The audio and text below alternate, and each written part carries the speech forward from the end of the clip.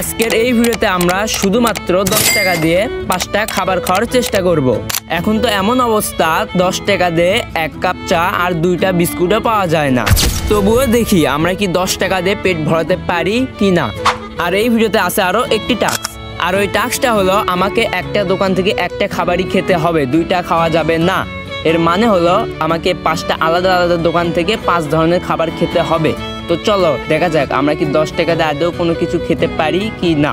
তো প্রথমেই আমরা আগে দোকানে চলে যাই 10 টাকার ভিতরে কিছু খাওয়ার জন্য। আর তোমরা হয়তো বা গেস করতে পারছো কি খাবো। তো হ্যাঁ, 1 টাকা দামের একটা চকলেট, আর ওই চকলেটটার নাম ছিল ম্যাঙ্গো চকলেট।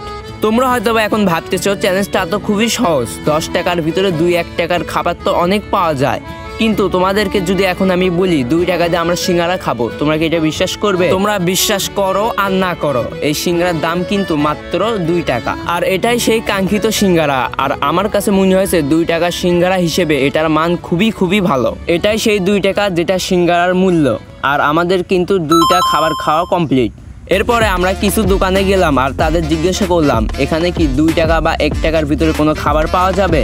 আর দোকানদার বলল 2 টাকা 1 টাকার ভিতরে শুধুমাত্র চকলেট পাওয়া যাবে। কিন্তু আমরা চকলেট নিতে পারবো না, কারণ এর আগে আমরা চকলেট নিয়েছি, ওটা বাদে অন্য কোনো আইটেমের ভিতরে নিতে হবে। আর এরপরে আমরা আরেকটা দোকানে গেলাম আর এখানেও সেমভাবে জিজ্ঞাসা করলাম এখানে কি 1 টাকা বা 2 টাকার ভিতরে কোনো আইটেম পাওয়া যাবে। আর কাকাও সেমভাবে উত্তর দিল 1 টাকা বা 2 টাকার ভিতরে চকলেট ছাড়া কোনো কিছু নেই। তারপরে আরও একটা দোকানে গেলাম আর সেখানে গিয়েও রিজেকশন। আমরা একের পর এক রিজেকশন খেতে খেতে একটা ভাজিপুরির দোকানে গেলাম আর সেখানে গিয়ে একটা পেঁয়াজু নিলাম যেটার দাম ছিল মাত্র 2 টাকা। ওখানে আমরা আমাদের পেমেন্টটা ক্লিয়ার করে চলে আসি। আর এটা আমাদের বাসার এখানকার একটা দোকান, আর এখান থেকে আমরা 3 টাকা দিয়ে এই বড়ের আচারটা নেই। আর এটা বাসার এখানকার আরেকটা দোকান, এখান থেকে আমরা 2 টাকা দিয়ে 2টা চুইংগাম নিই। আর এর সাথে সাথে কিন্তু আমাদের 10 টাকায় 5টা খাবার খাওয়ার চ্যালেঞ্জ কমপ্লিট হয়ে যায়।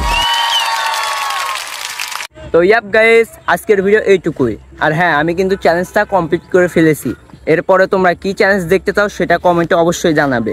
আর তোমাদের চ্যালেঞ্জটা যদি আমার ভালো লেগে থাকে তাহলে ওটা আমি কমপ্লিট করার চেষ্টা করব, আর তোমাদের নামটা ওই ভিডিওতে মেনশন করব। তো আল্লাহ হাফেজ।